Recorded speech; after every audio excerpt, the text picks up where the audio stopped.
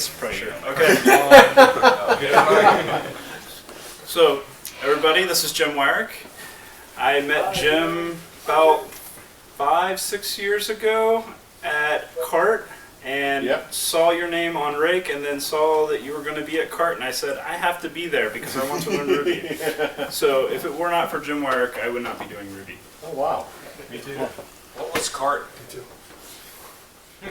Cincinnati Agile Roundtable, a now defunct user group, sadly. It's on hiatus. Hiatus. It's on hiatus. Hiatus, not defunct hiatus. So we're agile. Prolonged agile. Hiatus. All right. Well, thank you. Thank you. I'm Jim Weirich. I work for Neo, and I'm here. Let me give you a little bit of background on what I want to talk about tonight. I'm currently teaching a class with Bob Koss. Bob is from Columbus, and he used to work for a company called Object Mentor. I don't know if you've ever heard of Object Mentor or not, but Object Mentor is the company that Bob Martin, or Uncle Bob, started many years ago. And Uncle Bob has always been big on design principles and practices, and a lot of his training material emphasizes using patterns and doing refactoring. Bob was one of the first guys on the Agile bandwagon doing TDD in the year 2000, thereabouts, and I learned a lot of my stuff from him. When he would come into the company I was consulting at, he would come in for a week at a time. I got to sit on every single one of his design meetings with the rest of the group there, and I learned gobs during that time. So Bob Koss worked for Uncle Bob, two Bobs there, but Bob Koss and I are now doing a class teaching a lot of the principles that Uncle Bob espoused originally, the solid principles that we talk about. We talk about TDD, we talk about refactoring, and we talk about object-oriented design. And Bob has been doing this class for some time now, and he got a request to do a version of it in Ruby. And he says, gosh, I don't know Ruby, but I know Jim Weirich, and I'm going to get him to come and teach with me. So we have been working together on this class teaching how to apply OO designs to your Ruby programs. And since specifically, since Ruby is used so much in Rails, we are looking really hard at Rails programs and how to refactor them to be better, to decouple your application code from the framework itself. Let's see, I've got some pictures here. Let me see if I can find them. Okay, so this is a picture of a UML diagram from a talk that Uncle Bob does called Architecture: The Lost Years. And Bob kind of espouses this design here. Let me stand up here and let me point out some things. Now, I don't know. I find that Rubyists don't draw too many UML diagrams. So this might look like hieroglyphics to you. I'm not sure. Some of us coming out of the Java background, yeah. Oh, sure. He's doing something. Just sorry.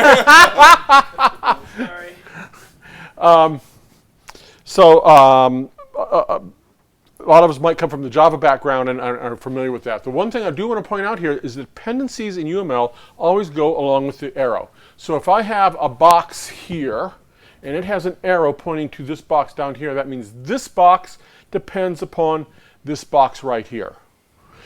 The key thing about this particular diagram is this red dotted box right here. This is the guts of your application. This is where your business logic goes. This is where the code to implement your stories go. And if you look at that, every single dependency crossing the red dotted line boundary goes inward. Out here is your Rails controller. Here is your Rails views. We don't have Rails models in this particular picture. But that means Rails stuff depends upon your application stuff. But your application guts has no reference to the Rails framework. That means I could replace the entity gateway, the controller, and the whole presentation side of this, and replace it with something other than an HTML server type structure like Rails is. We could replace it with a text-driven program, or we could drop this into RubyMotion and run this on our iPhone and keep everything that's green, and the only thing that would have to change, in theory, are the things outside the red box. Now that's good in theory, and I tried to actually implement this from scratch on a simple Rails project, and it's horribly complicated. And we've asked, Uncle Bob said, has there ever been, we asked him, has there ever been a project done this way? And he said, yes. And we said, can we see it? And he said, no. It was done for a client, he couldn't reveal the code. So as far as I know, there's no examples of this in the wild. But this is based all upon, who's the guy, who's the three amigo that did boundaries and controllers and Jakobson, yes, thank you. He's the one, this is his architecture essentially. Bob called this an interactor rather than a controller, but that's Jakobson's controller concept. Here's his boundary concepts here that tie to the external system, and then these are the entity things that represent the thing that you're modeling. So modeling stuff here, story logic here, interface over here. And that's kind of what Jakobson's design was. Now this is good, but I've not been able to reproduce this in the attempts that I've made. So I want to start in another direction. The problem with this design is that if I were to decide to go this way, I would have to up front in my Rails program kind of proactively decide to do this before I did anything else. I don't like that. I like to grow my systems gradually. I think Rails is a good framework. Excuse me. I think that Rails works well for the class of problems it was designed to solve. And as it grows, then maybe some of the standard Rails ways of doing things don't work so well, but let's incrementally fix them. Let's not have to decide up front architecturally how we're going to do it. So here is a diagram looking at your typical Rails program. I'm going to use it as an example, the payroll program. This is a pretty common problem that has been solved as classroom examples years and years and years over time. And essentially you have a set of employees that you wish to pay. And there are three ways of paying them. Some employees are paid hourly, some are paid on a salary, some are paid on a salary plus commissioned. So employee object will be one of our objects in there. In my particular design, the employee uses a strategy pattern to calculate the pay for hourly wages based upon time cards, salaried wages based upon 1/12 the annual salary per month, and commission paycheck based upon essentially the salary plus any sales receipts that he gets a commission on. This is a Rails model employee. This is a Rails controller here. And this is basically it. If this was all it was, this would be really simple. And if I were designing a simple CRUD program that updated a database, I wouldn't feel a big need to go much beyond this. I've got a tiny little bit of business logic out here. And the cool thing is, notice that employee uses these strategies. These strategies in no way need any reference to the Rails system at all. I can test these without using Rails. Now they're very tiny, and there's not a lot of logic there. They do depend upon a protocol.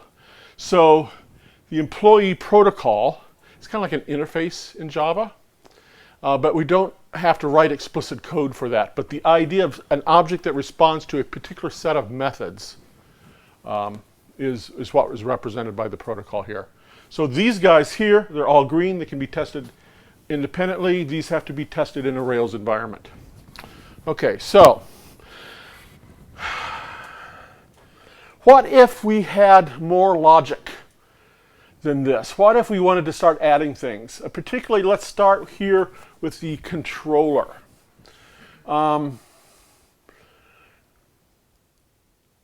we believed, I mean, it's been preached a lot lately that we want to have skinny controllers and fat models, right? Well, sometimes there's logic that doesn't really belong in a model. That's kind of story-based logic that makes sense to have something. You don't want to put it in a controller because those are hard to test. So you want to have something that exists between the employee and the controller. I'm going to show you how to refactor to that. So let's go ahead and pull up our application now. I actually have a web version of this running here.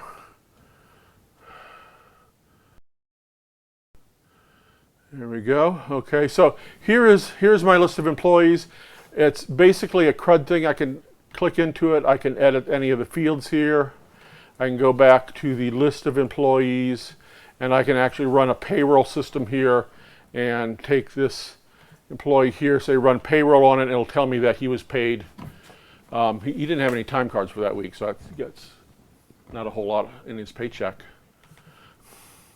But, so the payroll thing's running. This is a running system. This is real live code that we're going to be working with. So let's go ahead and open up our controller for employees. Okay, and this is your standard CRUD controller. There's no really fancy stuff in here.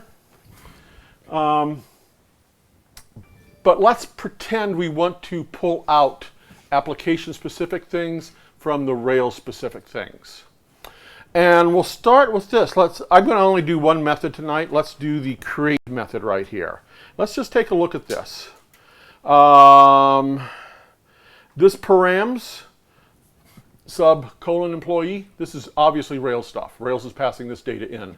However, fetching the employee and getting it out, that's application level stuff. Saving it is an application thing that we want to do. The message that we get back is probably an application thing that's determined by our application. This is the. However, the manner of displaying it here is Rails specific. The redirect is definitely Rails specific, and the render here is definitely Rails specific. So let's see if we can tease these, even though it's a very small object. Let's pretend there was more here and kind of tease these things apart. Now, first thing I'm going to do is I'm going to abstract away the database. You're going to do that very easily by using a repository object. I'll just show you how we'll do that. Let's come up here and let's take this method right here. And we'll extract this method into a name called find all employees. And it doesn't take any arguments.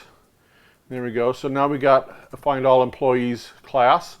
I'm going to embed this in a class called repository. Reformat that just a little bit there. And now I need to use repo here, and I need a way to get the repo. So let's take this guy here. I'm going to move him up just to the top of the file just to get him out of the way. He'll eventually end up in his own file when I'm done. And down here at the bottom in a private section, we will say, let's not make it private for reasons that'll become clear later. A repo thing that does just a lazy initialize repository end. Okay. So now all I'm doing is calling a repo object to find all my employees for me. I'm delegating that out for me. Let's go to our tests and see if they run. I'm missing a new, thank you. Oops, go back to code. Run the test for that. Okay, that still passes, so I haven't broken anything yet. Bear with me for a little bit here. We're just going to do a bunch of refactorings and get all our database access into one thing. Now, I've done this several ways. I've done it using a repo, and I've done it without using a repo, going straight to the active record objects even after the refactor.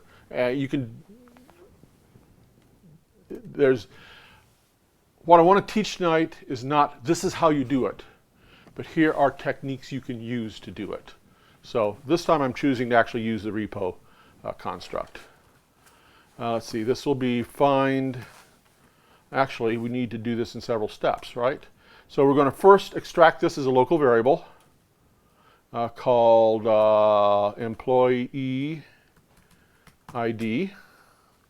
Then I'm going to take this and pull this out into a method called find employee, and the argument will be employee ID. And then I'm going to take him and move him into the repository and make sure I call him using the repo here, like that. We're going to do this one as well. This is really not a database one, but it involves, I want to get references of employee out of my controller. That's what I'm attempting here. Extract method will be new employee, No arguments.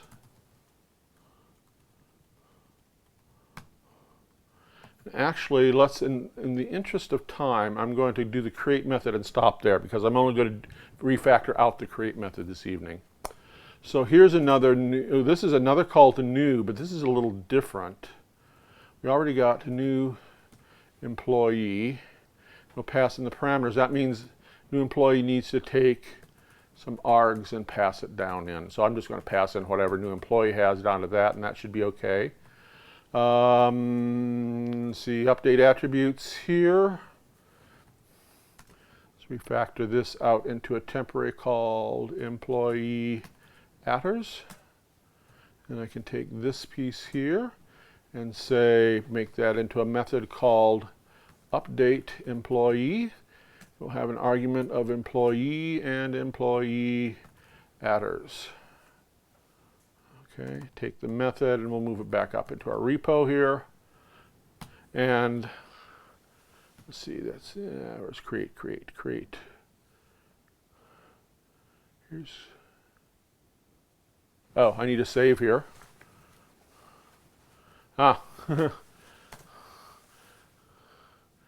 Make this into a temporary called employee.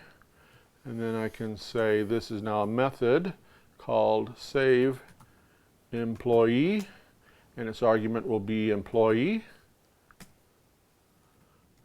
He moves up into here, and it's been a while since I've run my tests.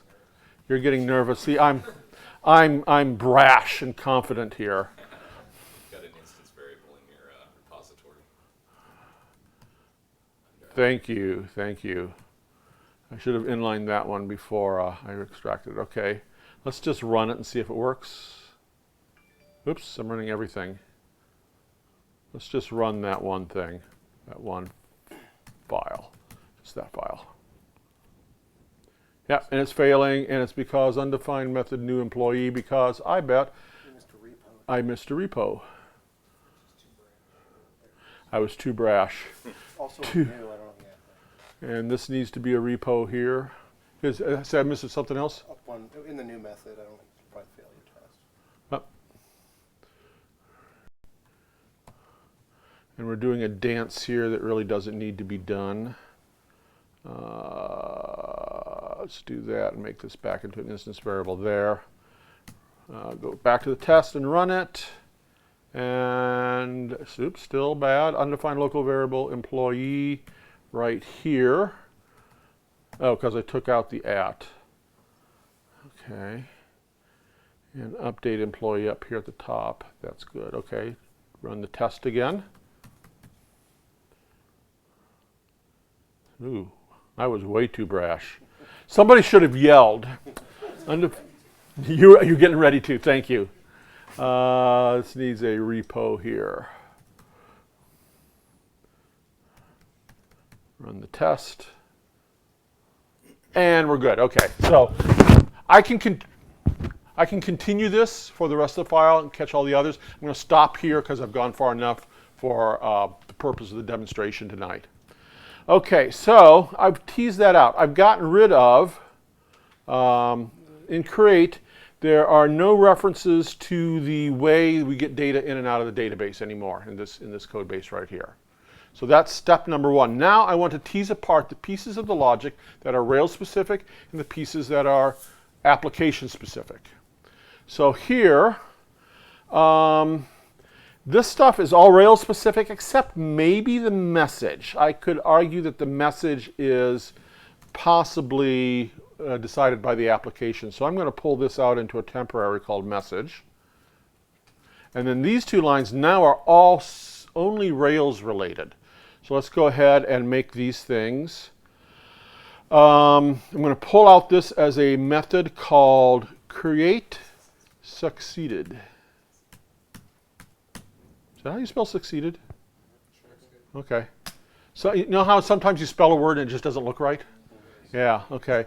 Its arguments, it will need an employee and it will need a message. Okay. So we want to take the @ sign out of that. And we want to leave the @ sign in here. Okay. So now that's pulled out, and now let's go ahead and let's inline that right there. Okay, so now we've got a one-liner that calls out to Rails-specific stuff.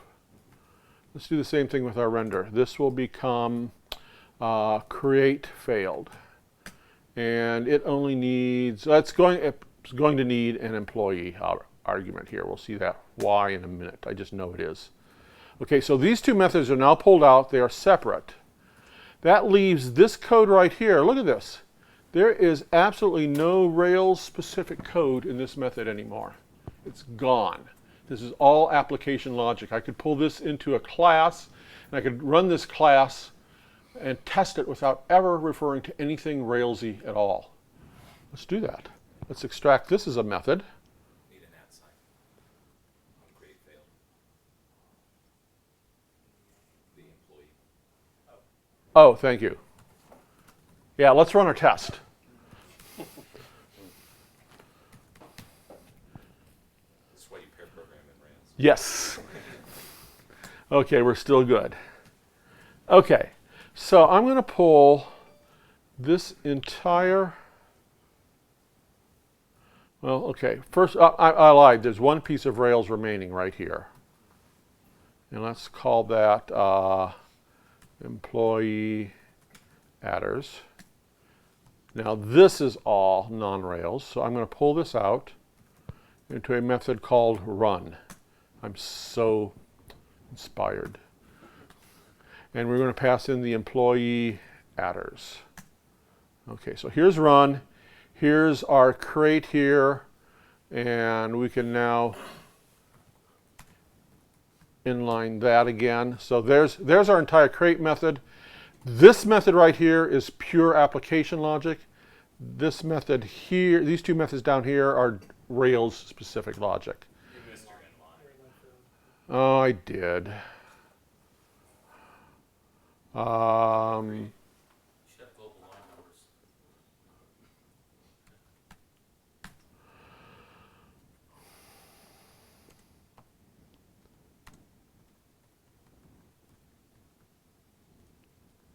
There.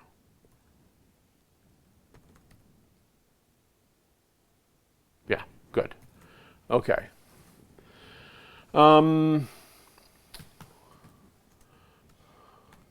I'm going to call this a create runner. Why runner? In all the examples, this comes out of some talks that Matt Wynn and Kevin Rutherford have done on hexagonal Rails, and they tend to call them. This was at GoRuco, right? It's been several different places, yeah. And they have also several blog posts about this. They tend to call it run, and so I'm going to call these things in general just runners. In my mind, these are the things that implement the stories that you put out on Pivotal Tracker. So maybe they're story runners. That works for me until we come up with better names for these things. Now this is in a class. That means I have to instantiate the class, create runner, new. I'm going to have to pass in myself, and then I'm going to call run on it.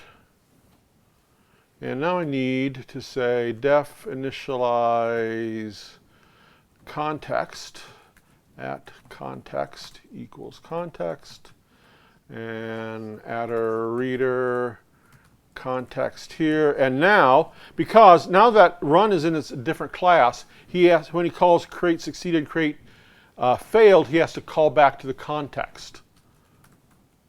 So we add a context here like that. Let's run this. Run the tests. Whoops, I missed something. Undefined local variable. I no longer have repo available here.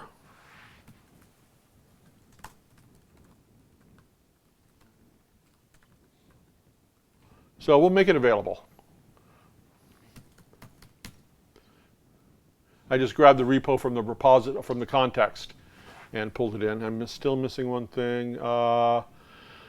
Oh, yes. Here, I'm setting an employee instance variable that does not need to be an instance variable because it's only used locally here, and it's passed back. And so when I get to the failed thing, I have to set, for the view, I have to set employee here. The instance variable employee here for the view. That's a Rails thing, so it belongs here in this code, not up here in this code. You got one more @ symbol in the string. Thank you.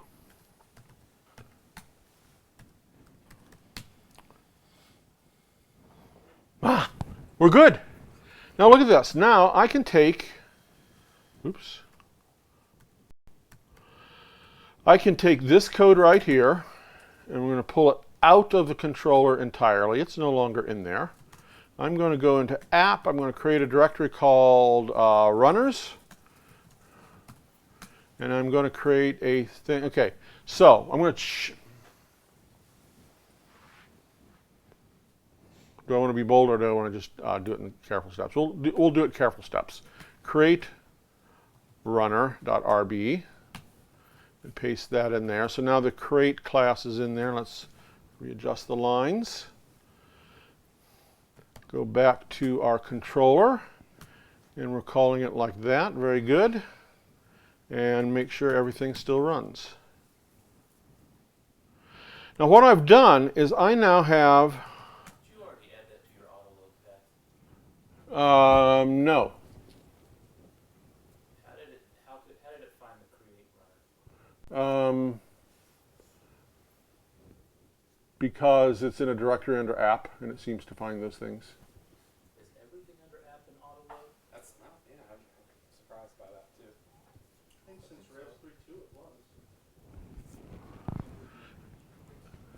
Why do we use lib?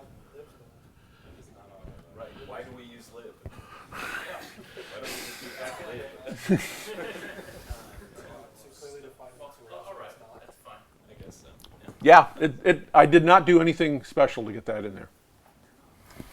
Now look at this.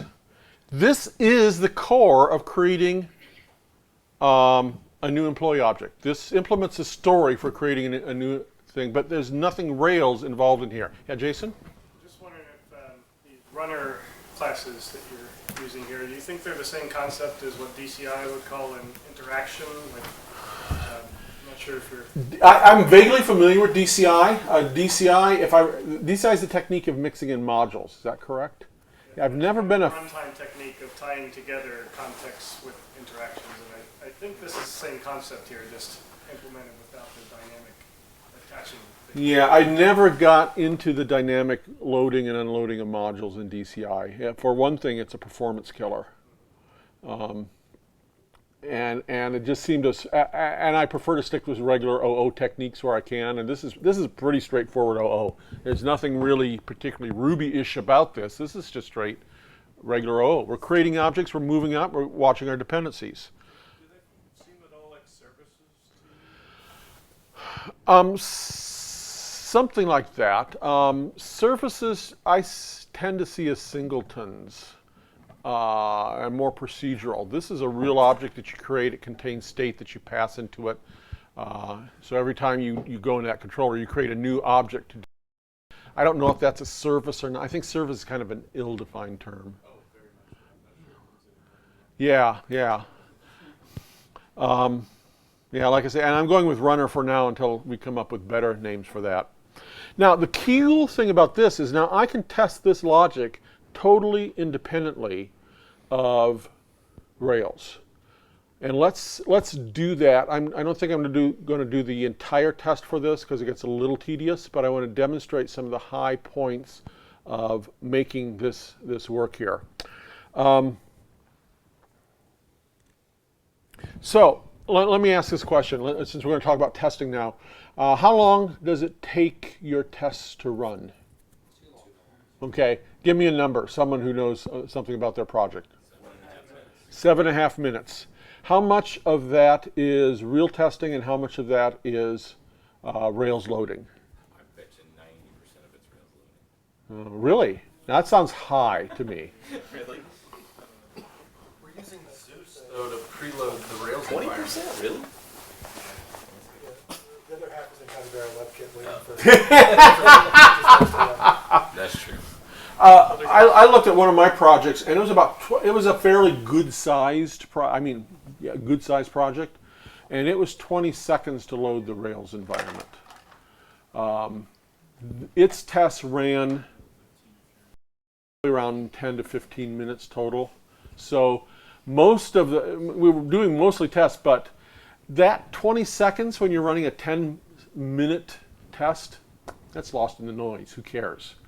However, when I'm reloading something fast and I'm doing iterative TDD on it, that 10 seconds is a killer. I've already started checking Twitter in that amount of time. So I want something that runs really fast for testing. So let's go here. I'm going to go and create a, let's create runner. We're going to test this. Given I have a runner, that is a create runner dot new, and I have to give it a context. And so since I need a context, I need to declare a context. And we're just going to use a double. The double needs to have a method called repo that returns a repo, and now I need to declare the repo. And I'm just going to say, hey, it's a double right now. Double mock, right? I need to say require spec helper. This is the traditional Rails test, and let's just see how long this takes to run. No examples, and it claims it ran in 0.002 seconds. I don't believe that. Time r spec. Oops, I'm not in the right directory. That's better. Time r spec runners create runner. Okay, 1.5 seconds for an absolutely empty Rails application that does nothing more than just a little bit of CRUD. So this is one of the simplest Rails apps you can have. It still takes 1.5 seconds to load that. That number will grow as your Rails app gets bigger. Okay, let's see if we can speed that up. Let's not require that. So that means I have to do things like require my rspec given separately. Now if I run this, it will fail because it doesn't know about create runner.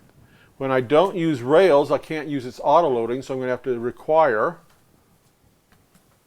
app runners create runner. Ooh, that succeeded. How fast does that run?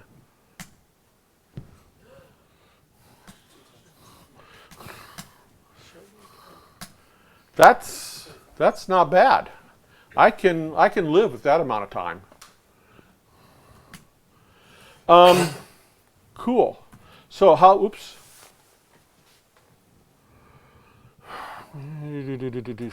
So how would I test this? Let's go ahead and let's call run on that.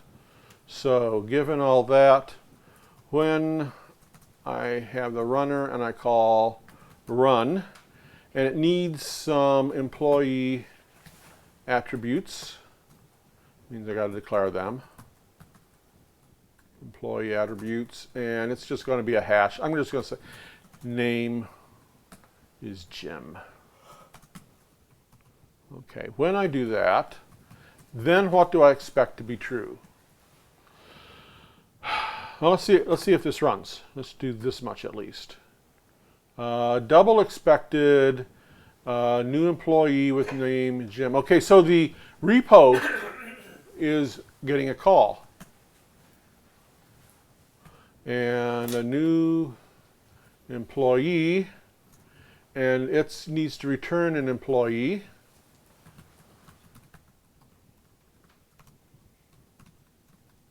Now let's give it an employee to return. Let's see, I think I need a parentheses there, It looks like that balances.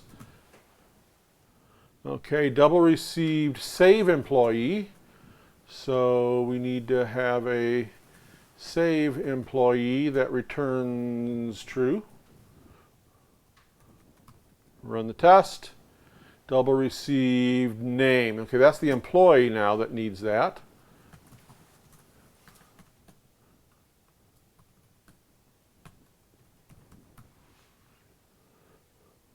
Unexpected message, create succeeded. Oh, I am not, my context needs to have some methods on it too. Let's see, create succeeded, doesn't matter what it returns, and create failed, doesn't matter what it returns.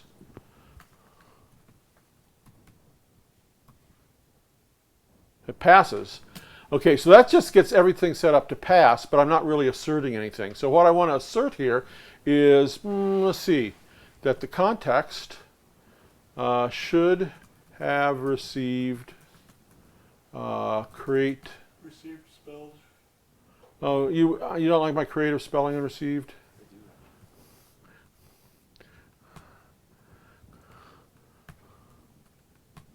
Oops, with just employee. Expected once. You said save returns true. Right? Save returns true. Save employee returns true. So that Oh, it should be create succeeded. Duh. it also needs a string for the status. Yes, it does. And I'm going to do that.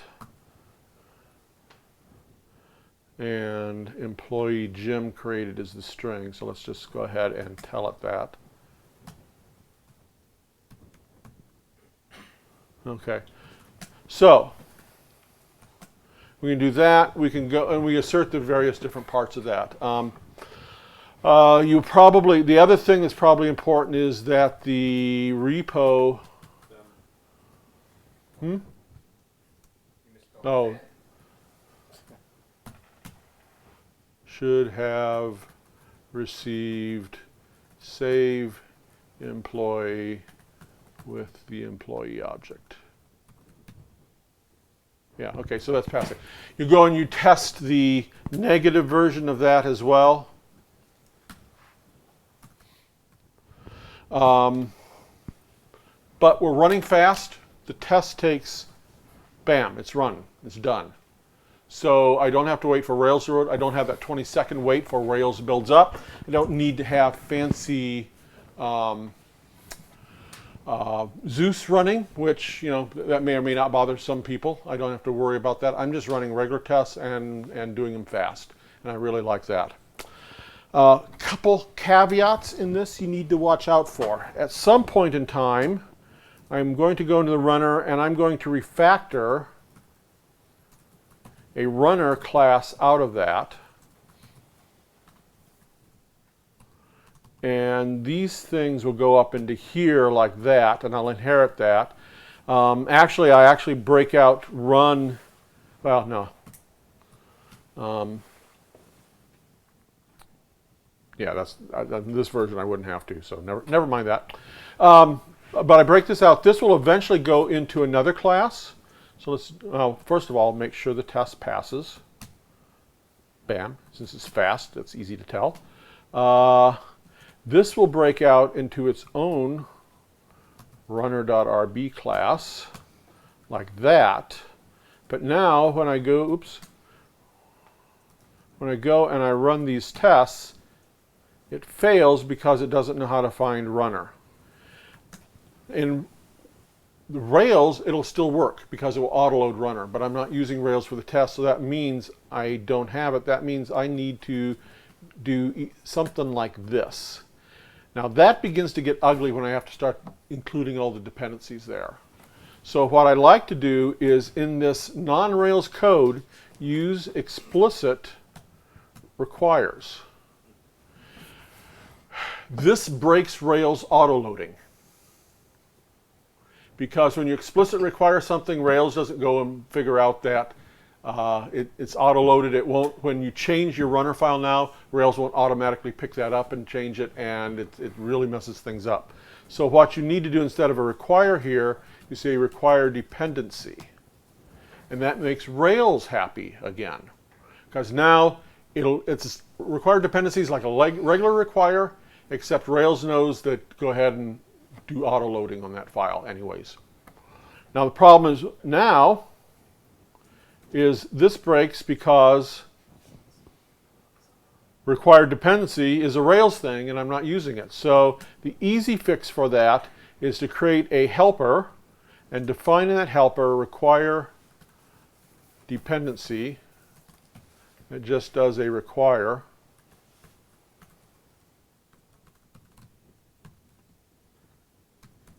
And now my fast test works. My Rails stuff will work. Since this is in, I would move this into a test like a spec helper, but for fast tests. I call it fast helper. Spec light, helper light, something like that. Yeah, move it into there, and now you got the best of both worlds. Your fast tests work.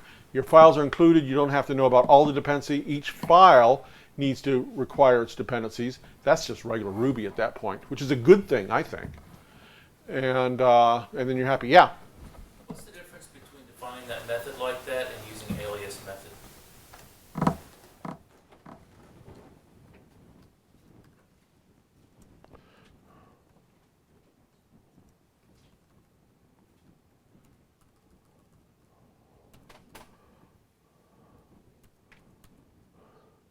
Evidently nothing. Good point. I like that. Yeah. So you remember back on MedWiz when we used to knock out everything we tested? Yes. Yes. And how sad that made us after a while? Yes. But this is, well, this reminds me of that a little bit, but Yes, it does. It does. And I'm not sure how I feel. Let me give some background on that. Mocking. I pendulum swing on mocking all the time. When Chris and I worked on the MedWiz project, we used mocks a lot. And we discovered that we had things called fantasy tests. Tests that failed when the code was correct, and tests that passed when the code was incorrect. And that's the worst possible place you could be in. And it was due to a lot of our mocking technique back then. Since then, I've kind of moved away from using mocks so much. And that has fixed a lot of the fantasy tests, but that means I'm testing more of the system in my unit tests. That really doesn't bother me for the most part. What I'm doing here is I'm mocking at boundaries. So let's go ahead, let's pull that thing up again. So let's go here. This is the typical Rails. Here's the hexagonal approach as far as we've gone so far. And let me put up its red box here. So notice the things I'm mocking. I'm mocking the repository. I'm mocking the controller, the context. I'm mocking employee, which is out here. So the things I'm mocking are outside this red box because I don't want to tie my test to those specific implementations. Now, another good rule in mocking that I've learned over time is to don't mock things you don't own. We own what the controller is going to be here. I mean, it's outside the red box, but this is still our application code. We own what the repository is going to do. This is one of the reasons I like the repository approach rather than mocking out save on employee directly. Because I don't own the save method on employee, but I do own what repository is going to be like. So the key to making this system work, mock the things that are outside your green box. And then, in addition to your unit tests, which are fast, have a series of integration tests that start out here at the red and test into the green, that tests all these boundaries. So if you do that, that'll help prevent your fantasy tests. If you do it right, you can still have fairly fast integration tests.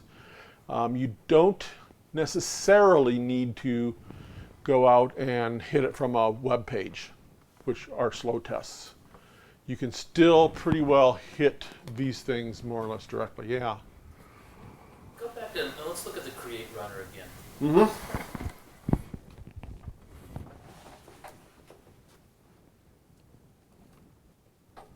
How far would you push this? Because this is almost the exact same logic for every create action in your application. Yeah. And now it's an irregular object that I can refactor and pull out commonalities and do things with it. Isn't that hard? And have like a create employee runner or a create thing runner?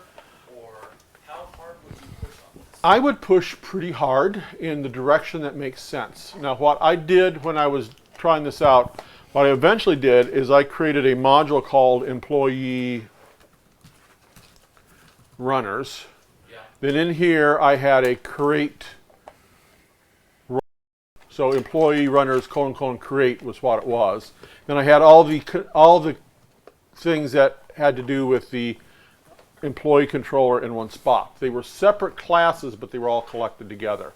So every action has a separate class Yeah, yeah, as the first naive pass. yeah. It's the first naive pass. Now at that point, you can start looking at commonalities and start refactoring commonalities out into subclasses. Or parent classes. Just like I already pulled runner out that had some really basic stuff. Another thing that I do, let's go back to the controller. Wasn't that also what inherited resource did though? And we were sad about that.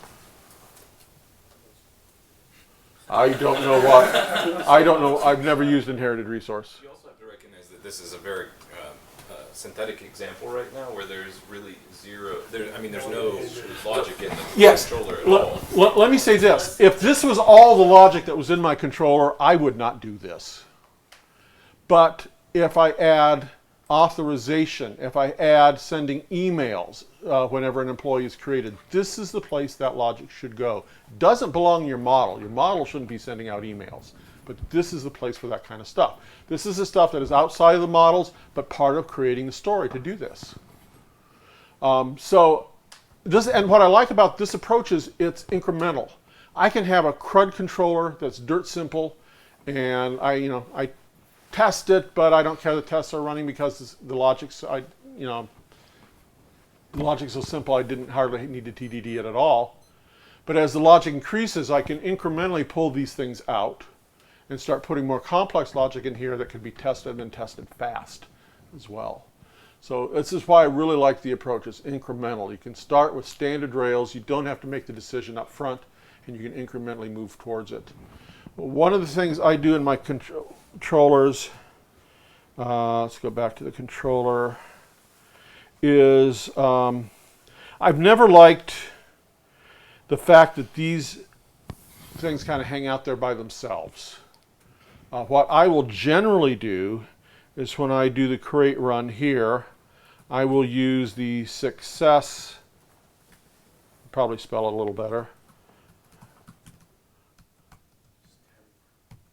love stabby proc.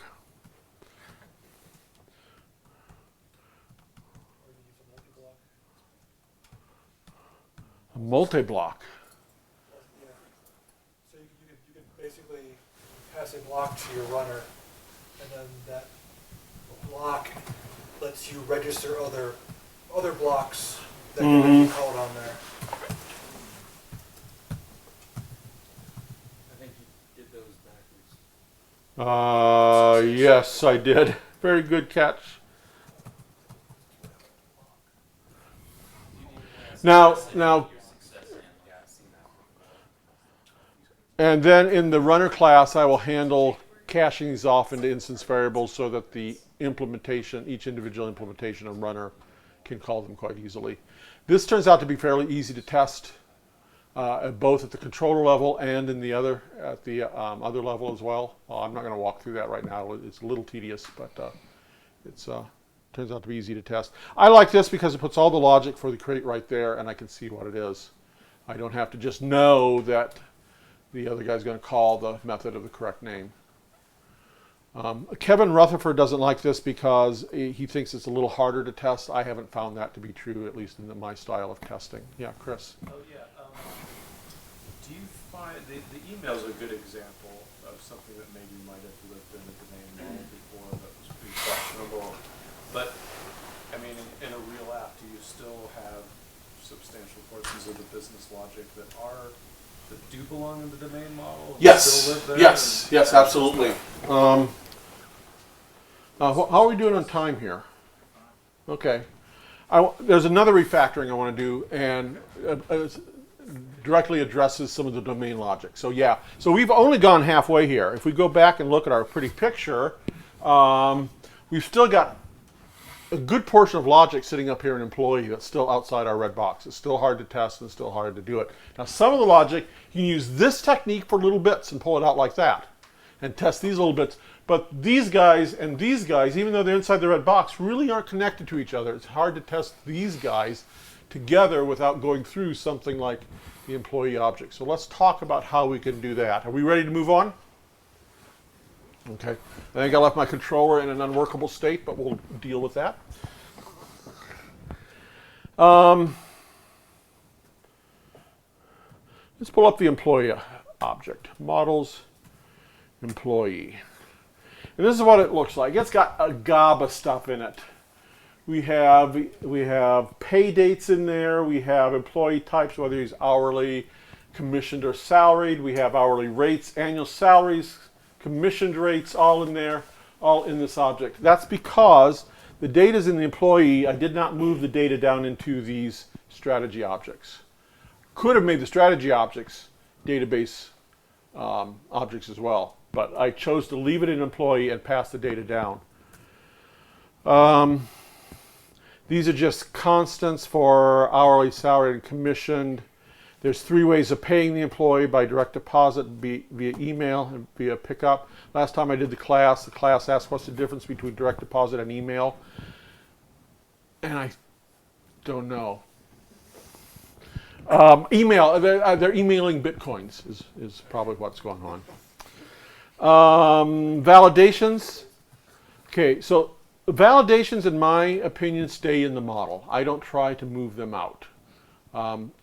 I don't heavily test validations, so that's not a big issue with me. If you want to, you can still test them, and you just go through the Rails pane of that. I'm going to skip those. Here I have a hash of strategy, so I look up by employee type and get the strategy pattern here. Same thing here for the payment details, which I didn't detail on my diagram. We've got some finders. Finders define the available dates that need to be paid. A finder that starts with an employee and finds all the time cards in a pay period. Same thing for receipts for the commission guys. Here is the business logic. Essentially, the business logic is pretty simple. Here, we just go into those maps, pull out the right kind of strategy, and create it, pass in the, ask it to calculate the paycheck, or ask it to deliver the paycheck, or ask it to update the next pay period. So those are our 3 kind of business logic things I'd like to pull out of this and move it down into my red box. So let's start again by going down into app, going into models. This time I'm going to create the directory inside of models. And again, names are, I'm still working on names. I'm going to call these biz objects because I'm going to put business logic into them. So in our biz directory, I'm going to create an employee.rb file.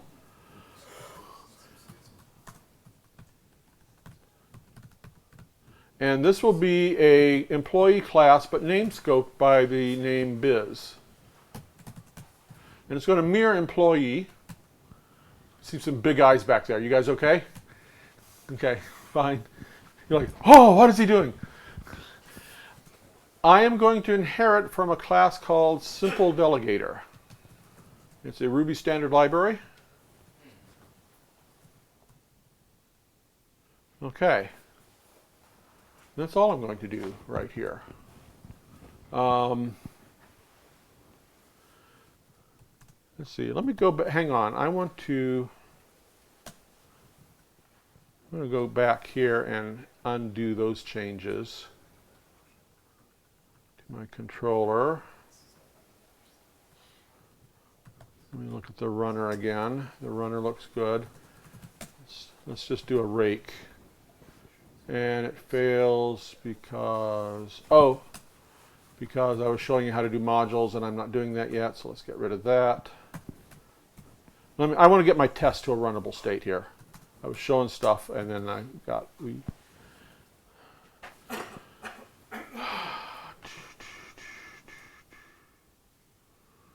great.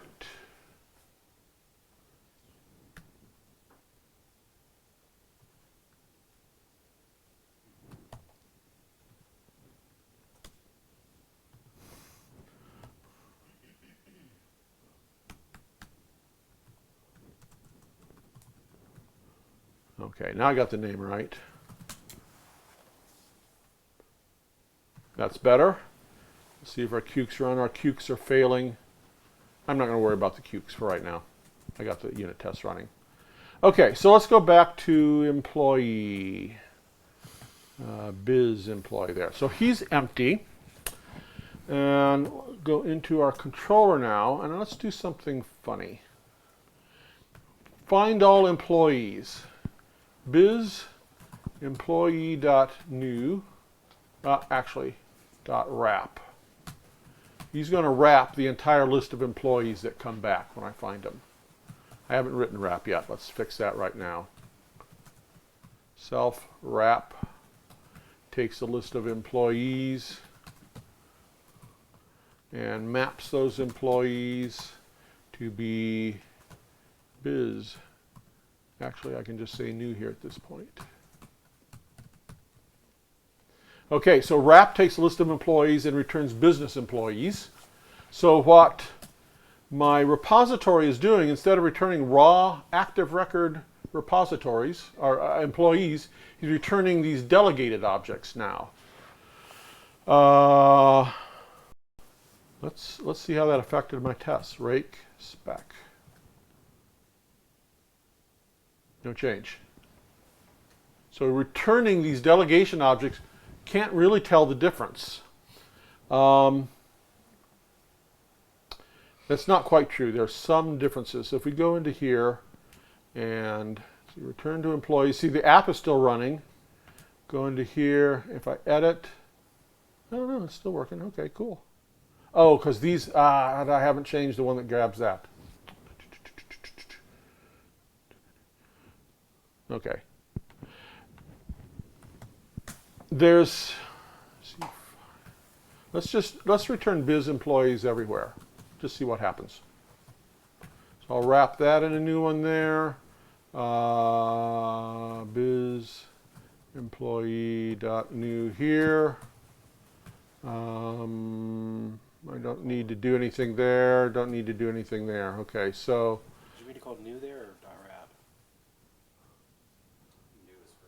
New is for a single instance. Wrap is for a list of them.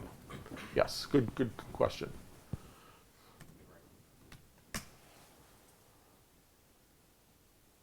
Oops, I have one problem. This response should redirect to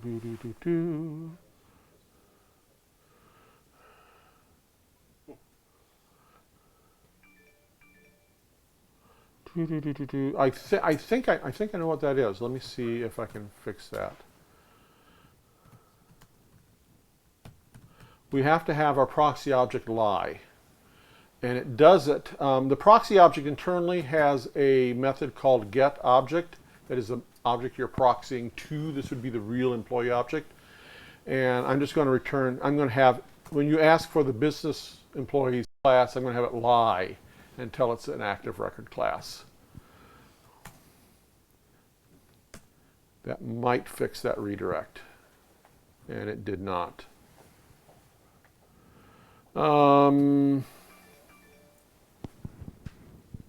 Joys of coding live. I'm not going to worry about that for right now. It's a redirect thing, something I need to tell Rails. It should delegate right through.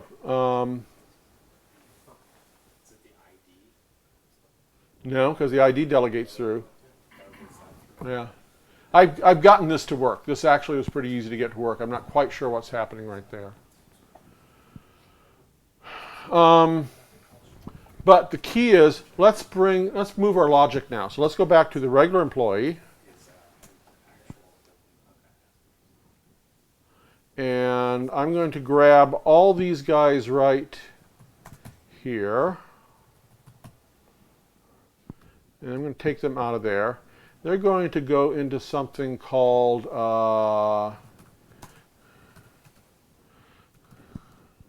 employee constants. So let's go down in biz, create a class called employee constants.rb.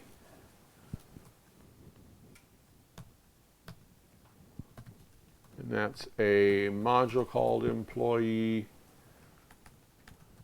constants. That's inside the biz module itself, and reindent. Okay, so now those guys are there, and I'm including them in my employee object. I'm actually also going to go to the biz employee and include biz employee constants here as well. So that gets the constants into my class. And let's go back to the regular employee, and I can raid these guys here. Can go into here. I'm going to paste them down here. And then our business logic here will go into here as well and reindent everything. Okay, so let's see what we did. We got these guys here. Why did you choose to move some constants into the biz class, the biz employee class, and some into the shared? Okay. The ones that got moved in the employees constants are public constants that other people reference. Gotcha. So the views reference is it an hourly type for that kind of thing. If I moved it by putting there, I can include them in both places in there. They're common. These guys right here are internal maps that only this class cares about. Nobody else cares about those. So let's go to the employee spec. Did you go as far as to make those constants private? I don't know how to make constants private. I don't think that's a Ruby concept.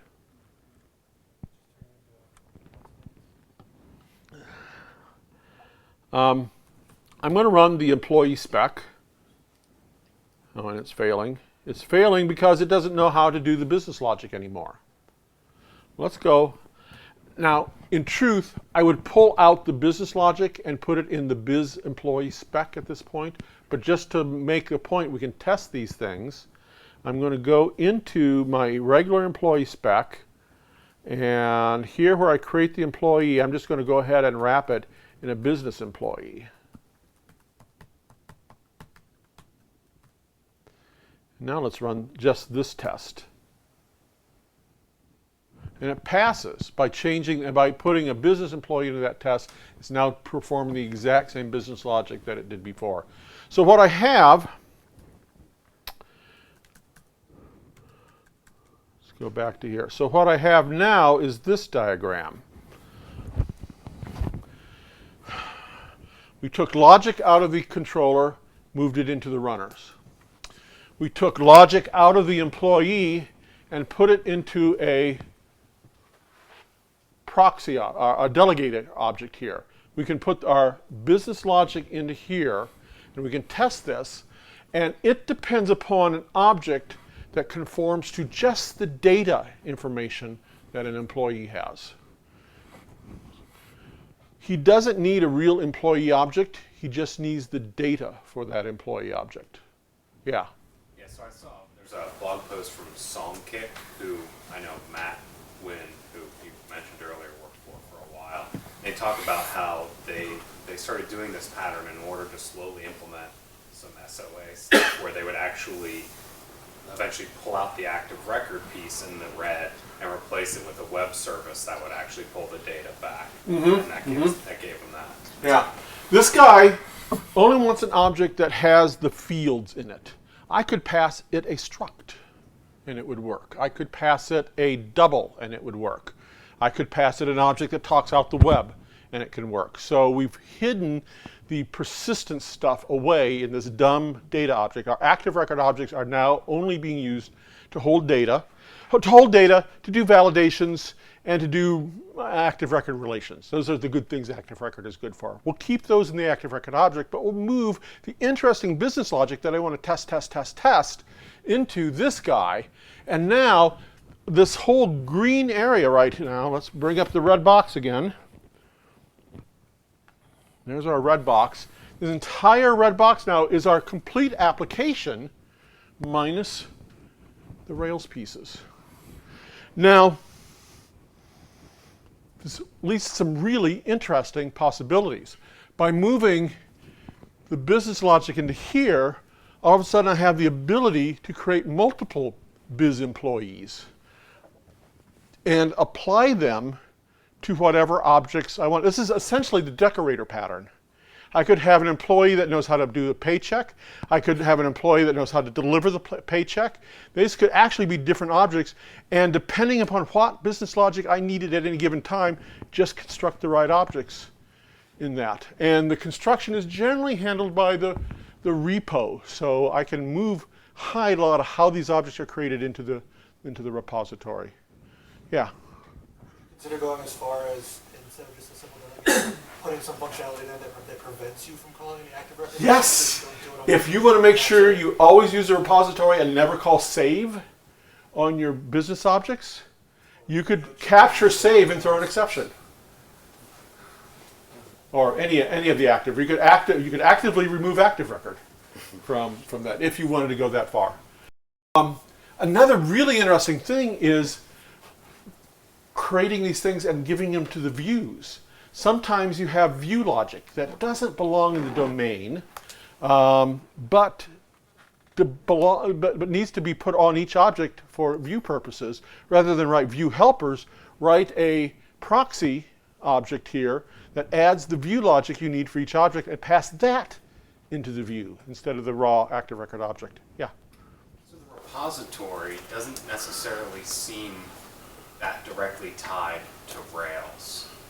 If you were to change out the implementation, then does it move inside this? I'm curious what makes that a red class and not a green class. Because it's calling save and update attributes and all those Rails active record methods for persistence.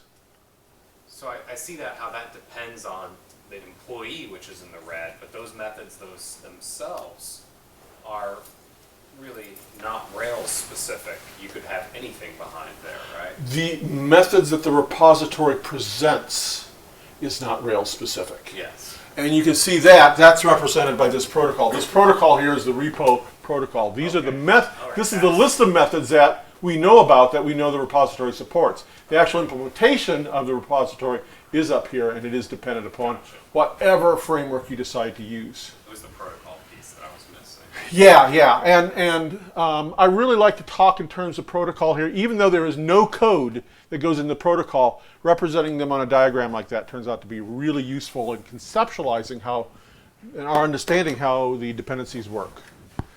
Yes. Yeah, it feels like a lot of the refactorings that you did kind of bridges the gulf towards functional programming and object-oriented programming. Is that Interesting. It feels like a lot of the same refactorings you would do if you were actually trying to rewrite your object-oriented app in a FP style. That's interesting. Have you seen Gary Bernhardt's talk about functional cores and procedural shells? Yeah, it's called boundaries. Yeah. That's another good thing. I haven't really worked his thoughts onto that into this piece right here. Strategies seem like they could just as easily be functional. Well, yeah. That's the strategy pattern, right? You replace it. It's a function that you replace. In this case, there were multiple functions in some of these strategies, so it's not quite a pure function, but yeah.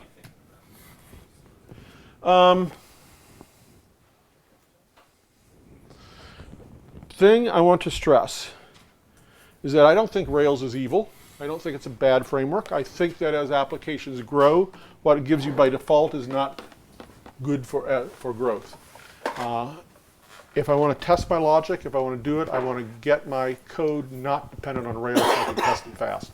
Turns out that's not hard to do. A lot of people have figured out how to do that. So this is all in service of getting that code more testable so I can work in the TDD manner that I so like to work in. Now, the techniques we talked about here, there's lots of different ways to go. You mentioned DCI. That might be a different way of approaching it. There's other variations on the controller work that I've done. You're passing in lambdas, passing in separate context objects that aren't the controller, different things like that. So there's lots of different opportunities there to play around with some of these ideas. But again, what I really like about this is you can start with your standard Rails and incrementally improve it without breaking your entire architecture. And when you're done, it still looks like a Rails app. You can still have controllers, you still have the models, you just have some extra pieces that you got to learn about and pull into it. So, questions? I have a comment, it might be a question. Okay. In terms of naming, it seems like some of the concepts you have introduced here are the same concepts that Jakobson was talking about so many years ago. So I'm wondering if like the biz idea is the same as the entity idea and the runner idea is the same as what he called controllers that Uncle Bob called interactors, yeah. Are they the same ideas? I think they're very, very similar. I don't think this is a full Jakobson thing. I don't think we have the boundaries quite defined in the same way that Jakobson did. But truthfully, confession time, I've actually not read his book.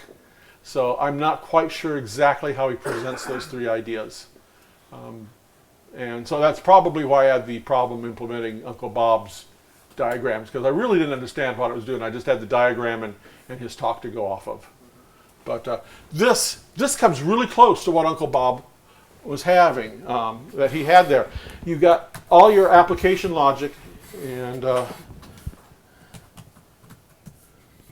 you have all your application logic here, and you got the framework on the boundaries, just like Uncle Bob had it. It's just arranged a little bit differently than he did. Yeah, Doug. Yeah, I was going to ask you if you could maybe highlight some of the differences between what he was saying and what you've done here, because it seems, maybe I just don't remember that picture well enough. Here's his picture. I think the biggest difference is that he had entities, full-blown entities inside, and I kind of have them half in and half out. So his notion of entities here is not Rails models, though.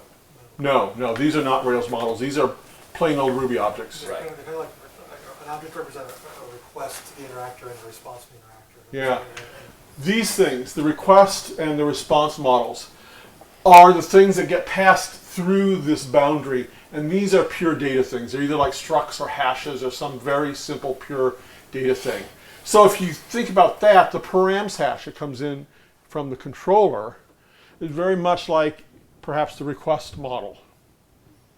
I don't know, there's not an analog to the response model here that we have in our diagram. So there's, like I say, there's some differences, but yeah, there are a lot of similarities there. In many ways, though, this is it's like a service interface that you're internalizing in some ways, though, right? Where you've got a request model that's, you know, a hash or some structure, right? And it has a response that's some structure, right? We don't get bent out of shape that it's a JSON structure when it goes across the web, but for some reason we get bent out of shape when it's internal to our app. Yeah. Right, and it's sort of, I think, maybe a similar kind of idea. I just made all that up. That was good. I'm impressed. Yeah, that wasn't a question, so I don't need to respond. So. Good. Any other questions? Thank you very much. Thank you for sharing. A lot of these ideas are still boiling in my mind, and I intend to pursue them further. One, let me tell you a goal that I have. Right now, let's go back to our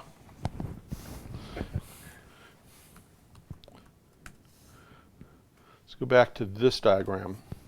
You can do integration testing coming in at this level and test all the way down to the database and back. That runs pretty doggone fast. The only thing you're not testing is the controllers, the webby stuff, the views and things. I would like to demonstrate that if you do your Cucumber tests right, you could run your Cucumber tests at this level or throw a switch and run it at this level.